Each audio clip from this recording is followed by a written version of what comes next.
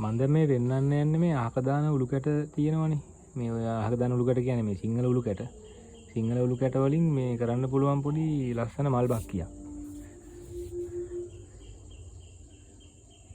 මේක හරියම සරලයි ලොකු දෙයක් නෑ. මම මේකේ මුලින්ම හදපු එක මේ සිංහල උළු කැට දෙකක් එකට කිට්ටු කරලා මේ කම්බි වලින් ගැට ගහලා බැලුවා.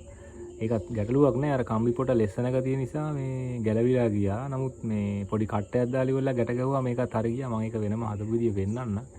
මේ තියෙන්නේ මේ නෝමල් සිංහල උළු කැට ටික බිත්තියට හේතු කරලා මේ කම්බි පොටකින් මේ ගැට ගහලා ඉවරලා හොඳට බිත්තියට තද කරලා මැදට ඔය මේ පොල් එලි කෑලි පොඩි ගඩොල් කැට පොඩි කබොක් ගල් කෑලි ඔය මේ කොම්පෝස් පොර ටිකක් මේ ඔක්කොම ඇතුළට බස්සවල වතුර දාලා ඉවරලා මේ හිටෝප එක දැන් හිටවල මාසයක් වගේ වෙන්නේ. පොඩි අතු කෑලි ටිකක් හිටුවේ ඔක්කොම හොඳට මේ මුල් ඇදලා ඔය වේන නැති මේ මුල්